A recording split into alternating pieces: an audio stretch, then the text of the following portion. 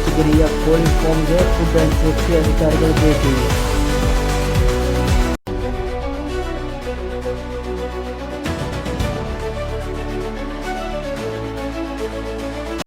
ಕೋಳಿ ಫಾರ್ಮ್ನ ಸ್ಥಳ ಹಾಗೂ ಪರವಾನಗಿಗಳ ಪರಿಶೀಲನೆ.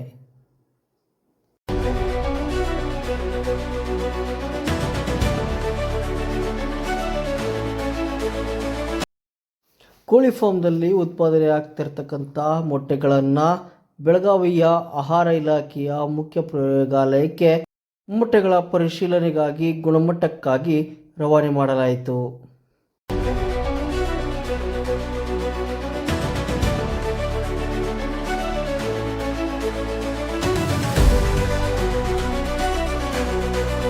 ಆಹಾರ ಇಲಾಖೆಯವರು ನೀಡುವ FSSAI ನೋಂದಣಿ ಮರು ನವೀಕರಣ ಪಡೆಯದ ಕೋಳಿ ಫಾರ್ಮ್ ಮಾಲೀಕರಿಗೆ ನೋಟಿಸ್ ನೀಡಲಾಯಿತು.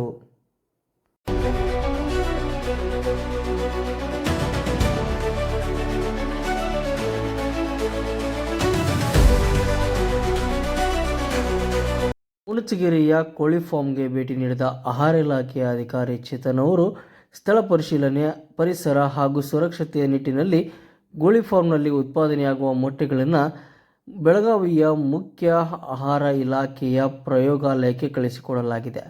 ವರದಿ ಬಂದ ಬಳಿಕ ಸೂಕ್ತ ಕ್ರಮಗಳನ್ನು ಕೈಗೊಳ್ಳಲಾಗುತ್ತದೆ ಎಂದು ಮಾಧ್ಯಮದವರಿಗೆ ತಿಳಿಸಿದರು.